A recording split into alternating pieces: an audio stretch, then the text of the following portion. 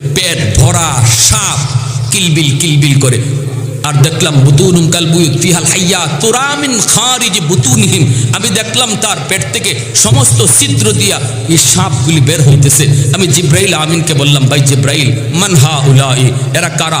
জিব্রাইল আমিন কয় হা উলাই আকালাতুর রিবা, নবী গো এরা দুনিয়াতে সুদখোর ছিল, এজন্য এদের এই করবেন শাস্তি।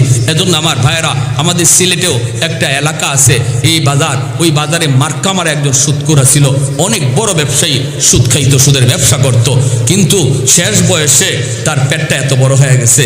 ডাক্তারের কাছে নিয়ে গেছে সিলেটে, তখন পপুলার ডাক্তার ছিলেন ডাক্তার আব্দুল খালিক সাহেব, ওনার কাছে নিয়ে গেছে, উনি মেশিন লাগাইছে, লাগায় কয় তোমরা কারা এর সাথে আইছো, তাড়াতাড়ি করে আমার হাসপাতাল থেকে বের হও, তার পেটের ভিতরে এমন এক বিষাক্ত সাপ আমার মেশিনে ধরা পড়ছে, আমি জীবনে এমন সাপ দেখি নাই। এখান থেকে লইয়া মাদ্রাজ যাওয়া হয়েছে, ভারতের মাদ্রাজের ডাক্তারও বলছে এই সাপ বের করার মতো ক্ষমতা আমাদেরও নাই, তাড়াতাড়ি বাড়ি যাও। তারে বাড়িতে আনা হয়েছে, পেটের ভিতরে সাপ লইয়াই তার মরণ হয়েছে। আমার দাদারা এখনো সাক্ষী আছে, যারা নিজের চোখে যারা দেখছে, পেটের সাপ লই তার মরণ হয়েছে। আল্লাহ নবী কয় মরণের পরে তার জাহান্নামেই শাস্তি হইব, আল্লাহ দুনিয়াতে নগদ দেখাইয়া দিছে। যারা সুদ খাইতেছো, পেটের ভিতরে সাপ ঢুকাইতেছো, বিষাক্ত সাপ ঢুকাইতেছো, বিষাক্ত সাপ।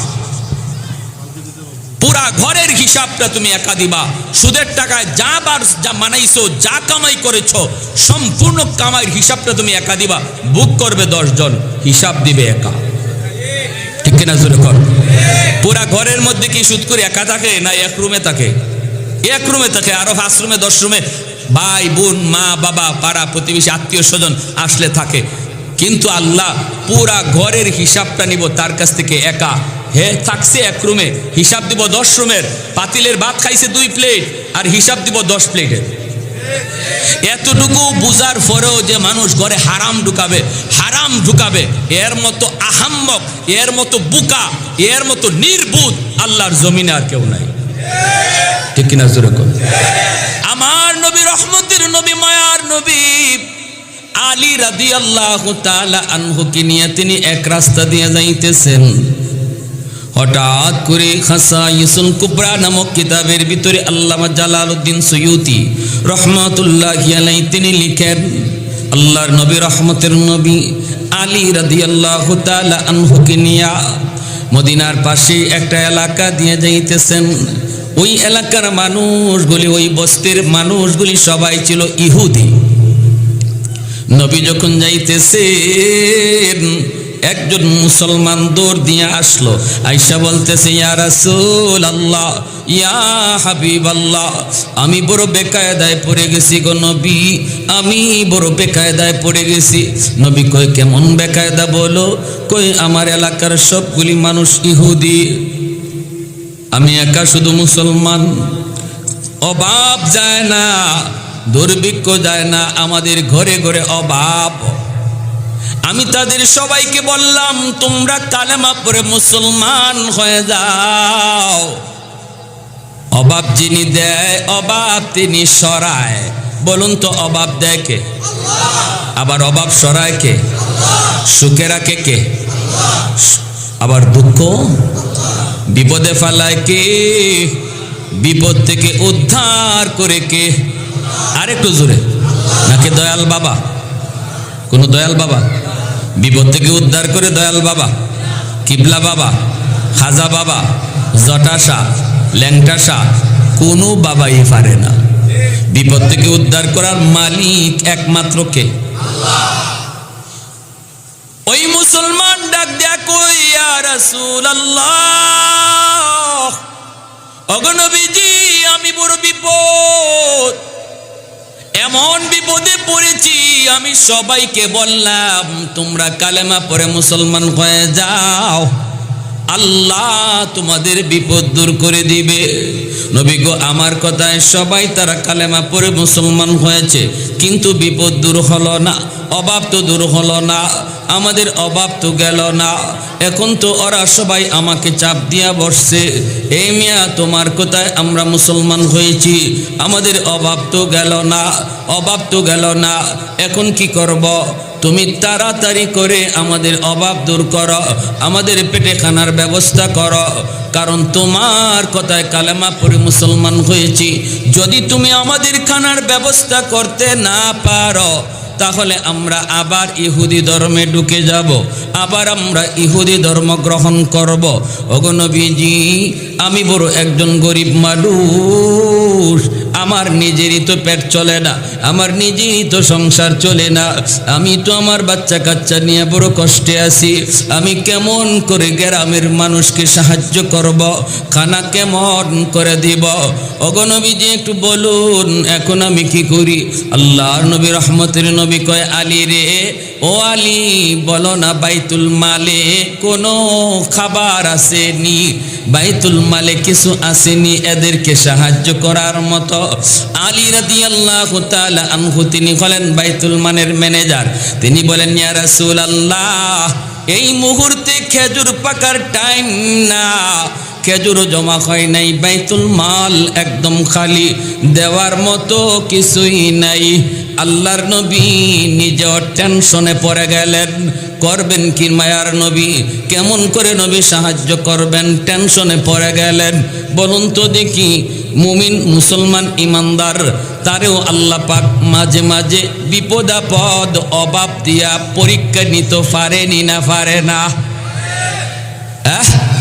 وَلَنَبْلُوَنَّكُمْ بِشَيْءٍ مِّنَ الْخَوْفِ وَالْجُوعِ وَنَقْصٍ مِّنَ الْأَمْوَالِ وَالْأَنفُسِ وَالثَّمَرَاتِ وَبَشِّرِ الصَّابِرِينَ।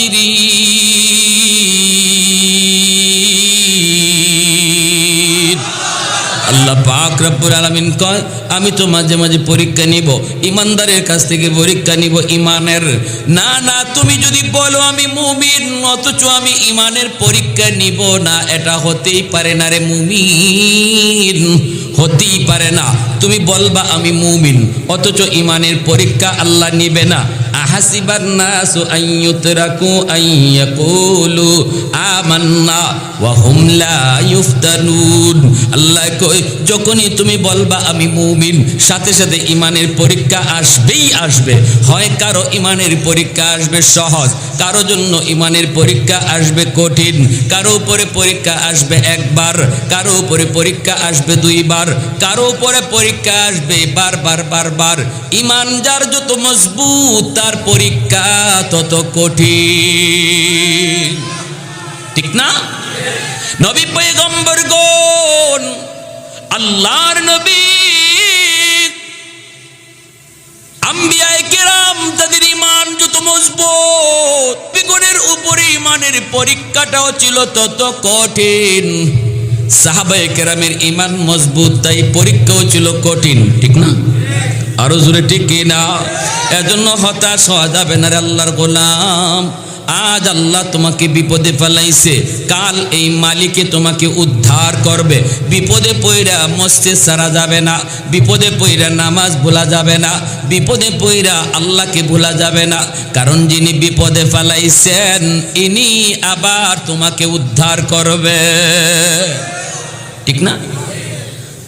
সুখে আছে যে আল্লাহ তার সুখে রাইখা ইমানের পরীক্ষা নেয়, বিপদে আছে যে আল্লাহ তার বিপদে ফেলাইয়া পরীক্ষা নেয়।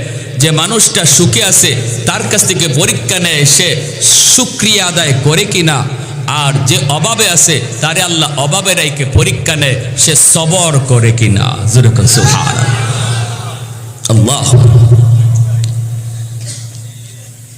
লোকটা ডাক দিয়া কই, ইয়া রাসূলুল্লাহ, ইয়া হাবিবাল্লাহ, ওগো নবীজি, এখন আমি কি করব? আমি এখন কি জবাব তাদেরকে দিব? আমার তো জবাব দেওয়ার কোনো পথ নাই গো নবী। এইবার মায়ার নবী চিন্তায় পড়ে গেলেন, কি করবেন নবী? কেমন করে তাদেরকে তিনি খানার ব্যবস্থা করবেন? তাদের পেটে কেমন করে নবী খাবার দিবেন? ওই অবস্থায় দেখা গেল একজন ইহুদি ধনাঢ্য একজন মানুষ, অনেক ধনী একজন মানুষ আইসা ডাক দেয়া কয়, মুহাম্মদ, এই মুহূর্তে আমি তোমাকে সাহায্য করব। ইহুদি একজন দাঁড়াইছে। আল্লাহর নবী কয়, কেমন করে সাহায্য করবা? কয় আমার অনেকগুলি স্বর্ণ মুদ্রা আছে, আমি তোমাকে আমার ঘর প্রতি এক একটা স্বর্ণ মুদ্রা দেওয়ার মতো 40 মিসকাল স্বর্ণ মুদ্রা দিতে পারবো। এতেই আমাদের এলাকার মানুষ ভরপুর তারা খানা পেয়ে যাবে, আমি দিতে পারবো। আল্লাহর নবী বলেন কোন কোন কারণে তুমি দিবা? কয় শর্ত আছে একটা, শর্ত একটা। কয় কি? ইহুদি কয় শর্ত হলো যখন খেজুর পাকবে আমাকে 40 মণ খেজুর দেওয়া লাগবে, 40 মণ খেজুর দেওয়া লাগবে। আল্লাহর নবী বলেন ঠিক আছে, আমি কথা দিলাম খেজুর যখন পাকবে 40 মণ খেজুর তোমাকে দেওয়া হবে বাইতুল মাল থেকে। এই মুহূর্তে আমার প্রয়োজন 40 মিসকাল স্বর্ণ মুদ্রা।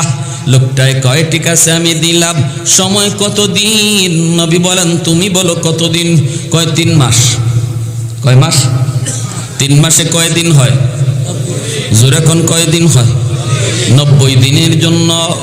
90 দিনের জন্য আল্লাহর নবী 40 মিসকাল স্বর্ণ মুদ্রা নিয়ে নিলেন। এলাকার মানুষের ভিতরে নবী বন্টন করে দিলেন। এরপরে মায়ার নবী তিনি বাড়িতে চলে গেলেন। এইদিকে ভাইরে শুনে, দিন যায় রাত যায়, 1 মাস 2 মাস 3 মাস হইতে আরো 3 দিন বাকি আছে। 90 দিন পার হইতে আরো 3 দিন বাকি আছে। 3 দিন বাকি থাকতে মায়ার নবী এই রাস্তা দিয়ে একদিন যাইতেছেন। নবীর সাথে ওই দিন আলী নন, ওই দিন নবীর সাথে হলেন হযরত উমর ফারুক রাদিয়াল্লাহু তাআলা আনহু। আল্লাহর নবী উমর ফারুককে নিয়ে এই রাস্তা দিয়ে যাওয়ার পথে লোকটায় রাস্তা আটকায়া দিল। ওই ইহুদি লোকটায় নবী রাস্তা আটকায়া দিল। আটকায়া বলতেছে মুহাম্মদ আমার খেজুর দাও, আমার খেজুর তুমি তাড়াতাড়ি দাও, 40 মণ খেজুর। আল্লাহর নবী বলে ভাই তোমার খেজুরের কথা আমার মনে আছে, আমি ভুলে যাই নাই, তবে টাইম আরো 3 দিন, আরো 3 দিন পরেই তোমার খেজুর তোমার ঘরে পৌঁছে যাবে, আনতে হবে না, তবে টাইম বাকি আছে আরো 3 দিন। ইহুদি ডাক দিয়া কয় মুহাম্মদ 3 দিন 4 দিন বুঝি না, এখন দিতে হবে। নাউজুবিল্লাহ জুরে কোন তো দেখি এই আচরণটা হের ভালো না খারাপ? ওর কথা মতোই আরো 3 দিন বাকি আছে। আল্লাহ নবীও বলতেছেন আরো 3 দিন বাকি আছে, তারপরে তোমার খেজুর ঘরে পৌঁছে যাবে। হ্যাঁ এটা মানতে রাজি না। কয় রাখো তোমার 3 দিন 4 দিন, আমার খেজুর এখন লাগবে এখন। এই কথা কইয়া আরো বিভিন্ন কথা কইতেছে। কয় তোমার জবানে ঠিক নাই, তোমার বাপেরও ঠিক নাই, তোমার দাদারও ঠিক নাই। নাউজুবিল্লাহ জোরে। আল্লাহ নবীর খেপানোর জন্য, নবীর গুসা তোলার জন্য। আল্লাহ নবী রহমতের নবী কয় ভাই একটু বুঝার চেষ্টা করো, আমি তো তোমার খেজুর নিয়ে কবরে চইলা গেছি এমন না, তোমার টাইম মতো আরো 3 দিন বাকি আছে, পৌঁছে যাবে। আমি তোমার খেজুর তোমার বাড়িতে পৌঁছাবো। কই পৌঁছানো লাগবে না, এখন চাই এখন। মায়ার নবী দয়ার নবীর সাথে এমন একটা খারাপ আচরণ করে নবী যতই হাত জোর করে তারে বুঝান রে আল্লাহর গোলাম, ইহুদি বুঝতে রাজি না। মায়ার নবী গায়ে টাচ করে ফেলেছে, এমনকি আমার নবীর গায়ের জামা ধরে ফেলেছে।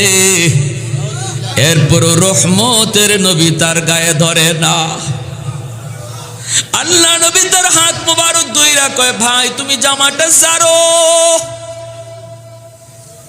অথচ মায়ার নবীর পাশে দাঁড়ানো হযরত উমর ফারুক রাদিয়াল্লাহু তাআলা আনহু, যার নাম শুনলে পরে শয়তান অন্য রাস্তা দিয়া ভাগে, এই রাস্তা দিয়ে শয়তান পর্যন্ত আসে না।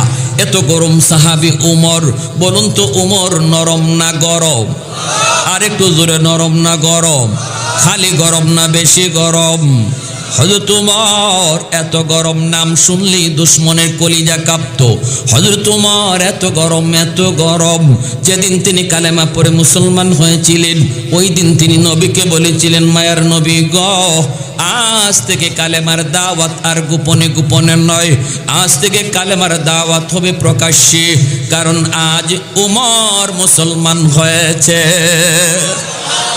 উমর ডাক দিয়া কই, ইয়া রাসূলুল্লাহ, ওগো নবীজি, নামাজ কোথায় পড়তে আপনার মন চায়? মায়ার নবী নামাজ পড়েন লুকায় লুকাইয়া, ঘরে ঘরে লুকায় লুকায় নামাজ পড়েন। ওমর মুসলমান হইয়াই কয়, নবী গো, নামাজ কোথায় পড়তে মন চায় গো নবী? আল্লাহর নবী কয়, ওমর রে, নামাজ পড়তে মন চায় আল্লাহর ঘর বাইতুল্লাহর সামনে, কিন্তু ভয়, আমরা মাত্র 40 জন মুসলমান হয়েছি। ওমরকে লইয়া 40 জন, এর আগে ছিল 39 জন, এমন 40 জন মানুষ আমরা বাইতুল্লাহর সামনে গিয়া কেমন করে নামাজ পড়ব? হযরত ওমর বলতেছেন, ইয়া রাসূলুল্লাহ, আমি তো কালেমা পড়ে মুসলমান হয়েছি এখন, কিন্তু অন্তরে ইমানের নূর ঢুকছে আরো আগে। নবী বলে, কোন দিন? বলে, নবী গো, যেই দিন আমি গিয়েছিলাম আপনাকে যারা পাগল পাগল কয়া ডাকে, ওই পাগল দেখার জন্য আমি আপনার কাছে গিয়েছিলাম। যায়া দেখে আপনি নামাজ আদায় করেন, আমি আপনার পিছনে দাঁড়ায় রইছি, ওই অবস্থায় শুনতেছি আপনি কোরআন তেলাওয়াত করেন নামাজের ভিতরে। তাহা মা আনজালনা আলাইকাল কুরআনা লিতাশকা, এত সুন্দর কোরআন তিলাওয়াত শুইনা আমি ওমর মনে মনে ভাবতেছিলাম, এটা তো মানুষের কোনো কালাম নয়।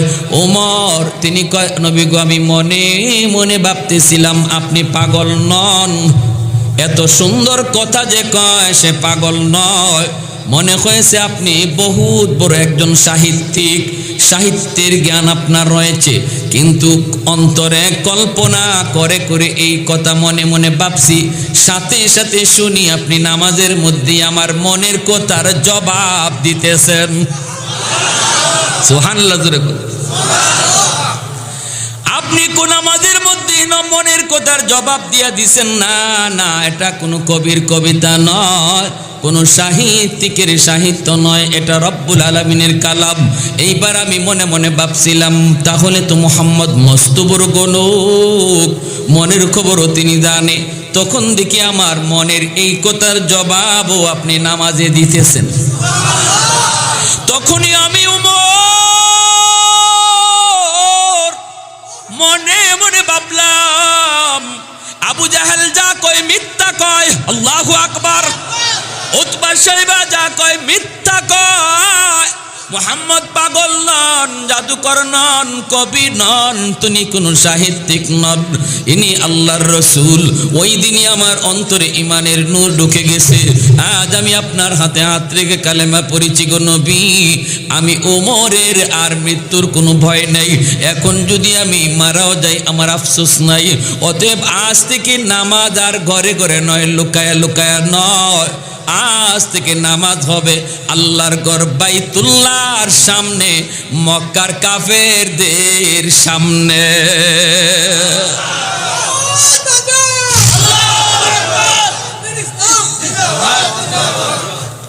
আল্লাহ নবী, রহমতের নবী বাইতুল্লাহর সামনে যায় নামাজ আদায় করেন। এরপরে হযরত ওমর মায়ার নবীকে বলেন, ইয়া রাসূলুল্লাহ, আবু জাহেল, উতবা সাহেবা এরা আমারে পাঠাইছে আপনার মাথা নেওয়ার জন্য। আমি আইসা আমার মাথা আপনার পায়ের তলে দিয়ে দিছি। ওগো নবী, এই মক্কার রাজপথে কালেমার মিছিল করতে মন চায়, একটু অনুমতি দিবেন নি? আল্লাহর নবী কই, ওমর রে, কালেমার মিছিলটা তুমি কোত্থেকে শুরু করবা, কোন দিকে নিয়ে যাবা? হযরত ওমর কয়, নবী গো, কালেমার মিছিলটা শুরু হবে আপনার কদম মোবারক থেকে, আর লং মার্চ করবে ওই সংসদের দিকে, যেই সংসদে আবু জাহেল বৈশা বৈশা আমার জন্য অপেক্ষা করে। আল্লাহ নবী, রহমতের নবী, মায়ার নবী কয়, ঠিক আছে ওমর, আমি নবী তোমারে অনুমতি দিয়া দিলাম। মক্কার রাজপথে মিছিল শুরু হয়ে গেল, কালেমার মিছিল শুরু হয়ে গেল। মাত্র 40 জন। আমার নবীর চাচা আমিরে হামজা, ইনিও মুসলমান হয়েছেন। উমর আর আমিরে হামজা, এই দুইজন হলেন মিছিলের আগে। আল্লাহু আকবার জোরে কোন। মিছিলের আগে হলেন হযরত উমর আর আমিরে হামজা, দুইজন বাঘের বাচ্চা। মিছিলের আগে উমরের হাতে ইসলামের পতাকা নিয়ে তারা কালেমার মিছিলে বের হয়ে গেলেন। মিছিল যাইতেছে কোন দিকে? সংসদের দিকে। ওই সংসদে স্পিকারের চেয়ারে বসা ছিল ইবলিস, স্পিকারের চেয়ারে বসা ছিল, সভাপতির চেয়ারে বসা ছিল ইবলিস, আর সংসদ নেতা ছিল আবু জাহেল। আল্লাহর নবীর এই কালেমার মিছিল নিয়ে যখন উমর সামনের দিকে আগায়, হঠাৎ করে আবু জাহেলের কানে আসলো আওয়াজ। আবু জাহেল ডাক দিয়া কয়, কি রে, বাহিরে কিসের আওয়াজ শোনা যায়? দেখ তো একটু উকি দিয়া দেখ। একজনে উকি দিয়া দৌড় দিয়া আইছে, আইয়া কয়, নেতা খবর বড় খারাপ, মিছিল মিছিল। কয় কিসের মিছিল? কয় ইসলামের কালেমার মিছিল। কসকে তুই কে নিয়ে আইছে? কয় মিছিলের আগে উমর রে দেখা যাইতেছে। আবু জাহেল কয়, কস কি তোরা? ওমর কি মুহাম্মদের কল্লা লই আইতেছে নাকি? পাঠাইছে তো নবীর কল্লা আনার লাগে। ঘটনা জানেন না আপনারা? পাঠাইছিল কি আনার জন্য? আবু জাহেল কয়, তাহলে কি মুহাম্মদের কল্লা নিয়ে আইতেছে? চেলা, ওই চেলায় কয়, না উস্তাদ, মুহাম্মদের কল্লা তো আনে নাই, কিন্তু মিছিলের নমুনায় মনে হইতেছে আপনার কল্লাটা নেওয়ার লাগে আইতেছে। আল্লাহু আকবার জোরে কর। কিন্তু মিছিলের নমুনায় কয় আপনার কল্লাটা নেওয়ার জন্য আসতেছে। এই কথা বলতে আবু জাহেল কয়, কোস কি? পিছনের দিকে তাকাইছে আবু জাহেল সভাপতির চেয়ারের দিকে, ইবলিস যে বসা। শাইখে নজদ পরিচয় দিছে, আমি নজদ থেকে আসছি, একজন মুরব্বী মানুষ, তোমরা আমারে তোমাদের মিটিংয়ে রাইখো, আমরা বয়স্ক তো, আমাদের অভিজ্ঞতা বেশি, আমাদের পরামর্শ কাজে লাগবো। আবু জাহেল কয়, হ আপনি বয়স্ক মানুষ, তা আজকে আপনিই সভাপতি। ইবলিস বয়স্ক মানুষের সুরত দইরা এর সভাপতির চেয়ারে বসছে।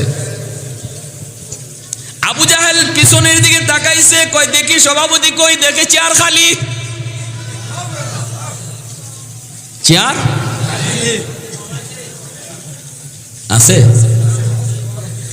কারণ ইবলিসে আর কেউ উমরে না চিনলেও ইবলিসে উমরে ভালো করে চিনে।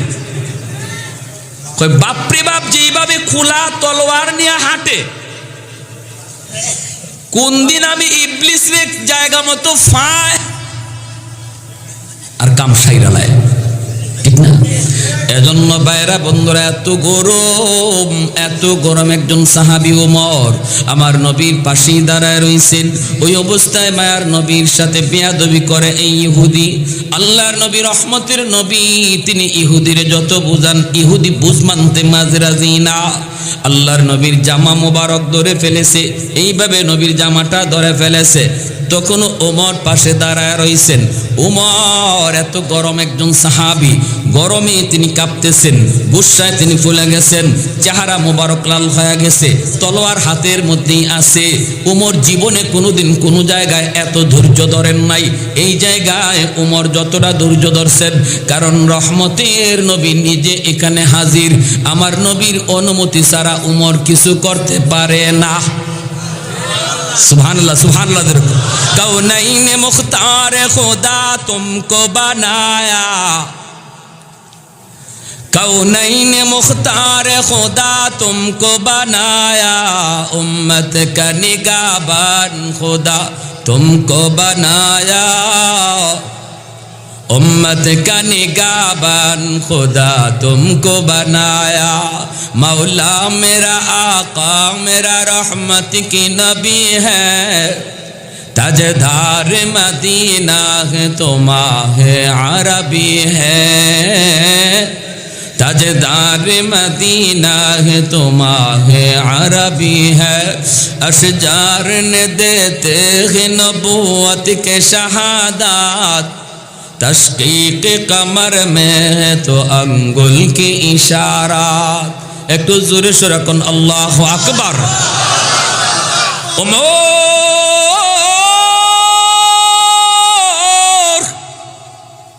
चुप होया दाঁড়ায় রইলেন, শরীরে কিরিমিরি খান। ওমর তাকান, মায়ার নবী চোখের ইশারায় শুধু অনুমতি দেন কি না, এতটুকু অনুমতির অপেক্ষা ওমর করতেছেন। কিন্তু দেখেন না, নবীজি ওমরের দিকে তাকানি না, কিছু বলেনও না। আর আমরা হইলে কি কইতাম? আমরা হইলে কইতাম, কি রে তোরে সাথে লইয়া ঘুরি এজন্য, ঠিক না? আমরা হইলে কইতাম, কি বেটা তোর সাথে লইয়া এজন্য ঘুরি, আমার গায়ে টাচ দিয়ে দিছে আর তুমি আঙ্গুল চুষো। পরের দিনে চাকরি বাতিল, ঠিক না? পরের দিনে কি চাকরি ডিসমিস। ওমর বারবার শুধু মায়ার নবীর চেহারার দিকে তাকান, নবী চোখের ইশারায় কোনো অনুমতি দেন কি না। কিন্তু মায়ার নবী ওমরের দিকে তাকান না। ইহুদির হাতে ধইরা নবী বুঝাইতেছেন, ভাইরে তুমি আমার জামাটা ছেড়ে দাও, ভাইরে তুমি আমার সাথে অন্যায় আচরণ করো না, এটা কিন্তু অন্যায়, তোমার টাইম কিন্তু আরো 3 দিন বাকি আছে, তোমারই দেওয়া টাইম। ইহুদি কয়, আমি টাইম বুঝি না, এখনই দেওয়া লাগবে। ইহুদিও দেখতেছে ওমর কাঁপতেছে গোসায়, ওমরের হাতেই খোলা তলোয়ার, কাপের ভিতরে ওমরের তলোয়ার ঢুকানো নাই, সব সময় খোলা থাকে। যেখানে বসাইতে হয় ওমর যেন নগদ বসাইতে পারে, কাপের ভিতরে ঢুকাবে আবার বের করবে, এই টাইম ওমরের হাতে নাই। এতটুকু টাইম ওমরের হাতে নাই। আল্লাহু আকবার। এক লোক মদ বেচে, মদের ব্যবসায়ী, কলস বইরা মদ লইয়া বাজারে যাইতেছে, আর মনে মনে এখানে আওয়াজ করে কেটে, এই যে ডান দিকে আওয়াজ করে কেটে কথা বলে,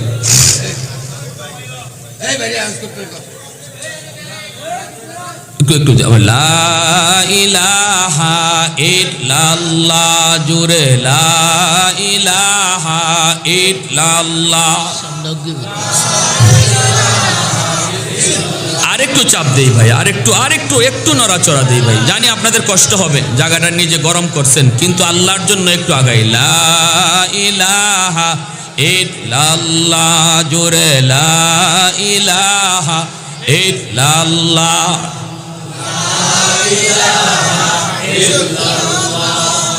লা ইলাহা ইল্লাল্লাহ।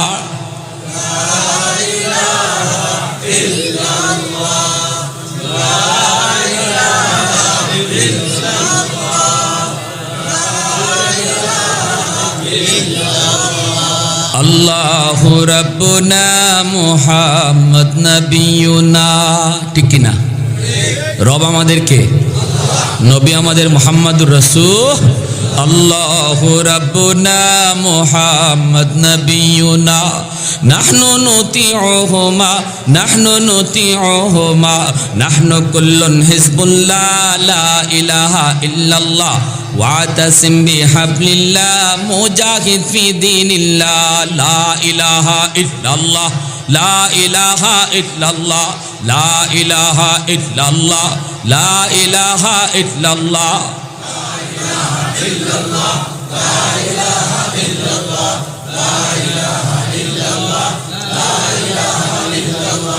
লা ইলাহা ইল্লাল্লাহ, লা ইলাহা ইল্লাল্লাহ, লা ইলাহা ইল্লাল্লাহ, লা ইলাহা ইল্লাল্লাহ,